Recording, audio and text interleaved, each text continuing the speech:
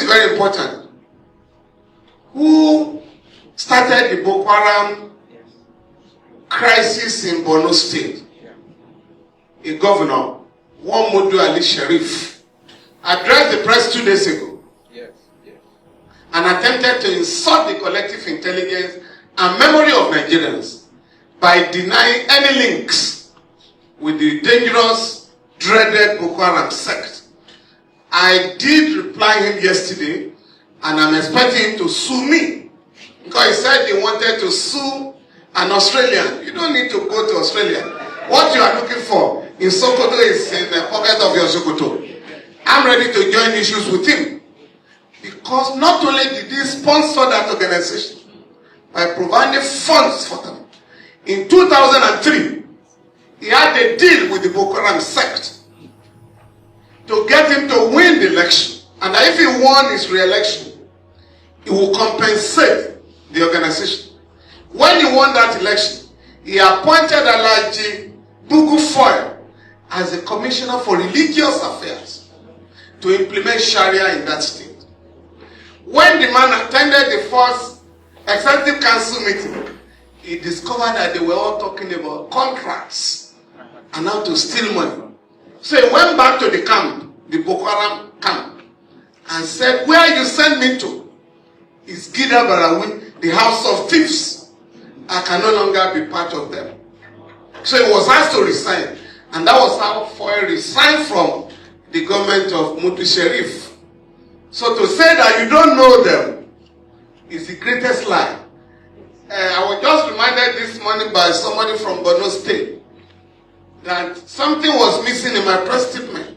That in 2013, 2012, October 10, Alhaji Mudu Sharif was arrested in Cameroon on grounds of his Boko Haram connection. But the government here pleaded with the Cameroonian authorities to release him, because he's a big man there. He cannot be arrested.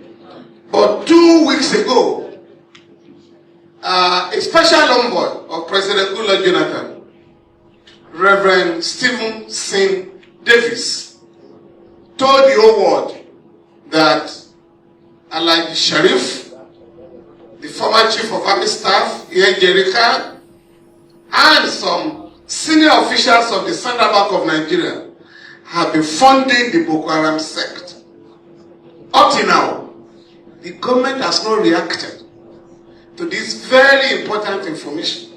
So when you are looking for the sponsors of Boko Haram, I think we now know where they are.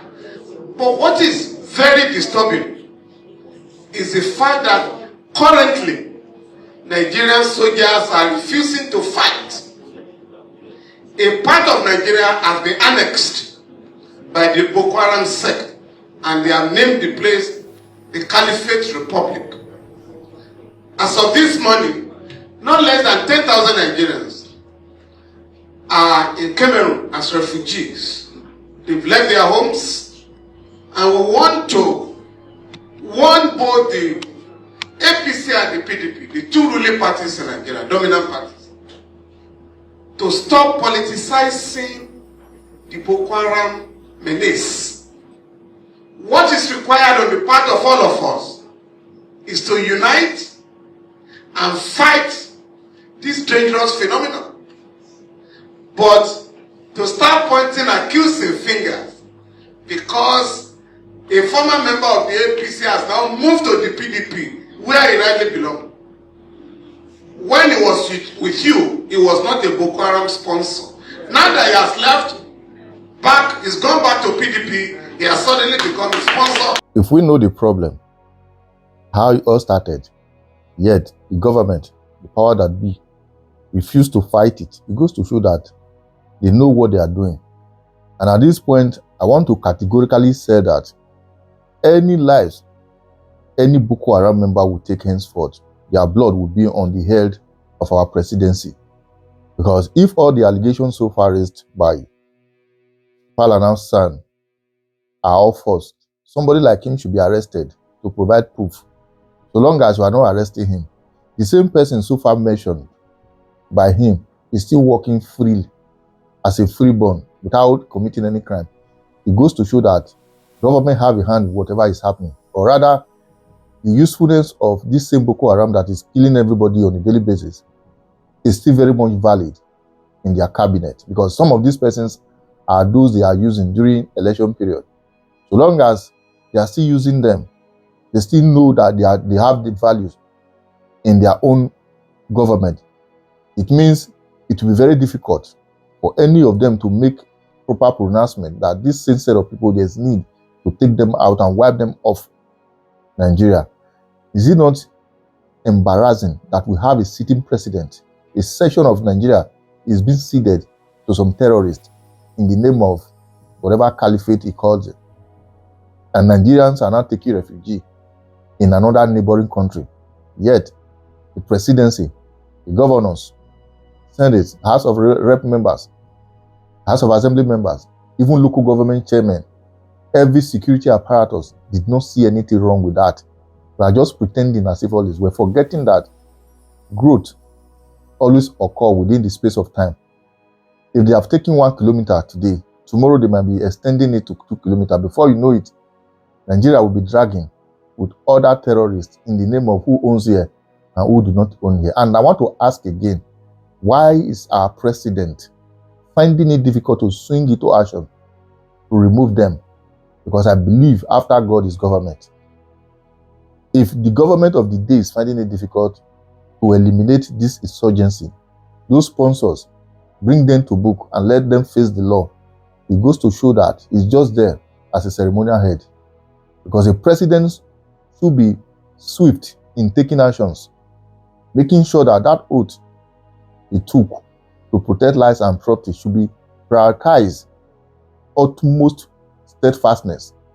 But in our own case today, everybody seems to be talking about 2027. Nobody wants to talk about how to secure Nigeria today and make sure that it's a good place for everybody to live in. Under your watch, so many professionals are leaving. Under your watch, anytime you travel out of the country to seek for medical attention or whatever you might call it, you'll be very shocked that those treating you over there, they are still Nigerians. You have not seen the need to make a country that was blessed with human and natural resources a habitable one, business friendly for them to come out. Anytime you have the opportunity of speaking, you always tell the world, Nigerians should come home, the home is peaceful, yet kidnapping is thriving on a daily basis. Boko Haram is there, ravaging everywhere, buying everybody, they dip it fit, or even kidnapping anybody they find it necessary. We have seen several videos of them coming out, telling Nigeria government that you can't do anything. Big amount of money that they collected from their victims, showcasing them. Yet, this insult has not gotten to the president that on a very good day we stand up and say, yes, enough is enough. There's need to reclaim this country and let's do the needful. Irrespective of who the law is going to affect, there's need for us to do it the way it should be.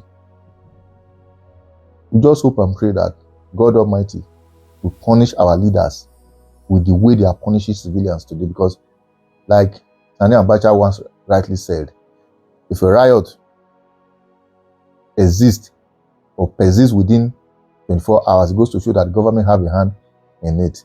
How can some set of people be existing over the years? They are not spirit, they live within us. We have not seen the need to bring them to book, to eliminate them, to wipe them off, to look for a source that is funding them, to clamp down on them so that we will put a stop to it. Yet, we keep managing them. We have seen some leaders from the northern part of the country, there is need for us to pay whatever ransom they are demanding for. We shouldn't fight them. Up till now, Boko Haram has not been proscribed as a terrorist group. It is shameful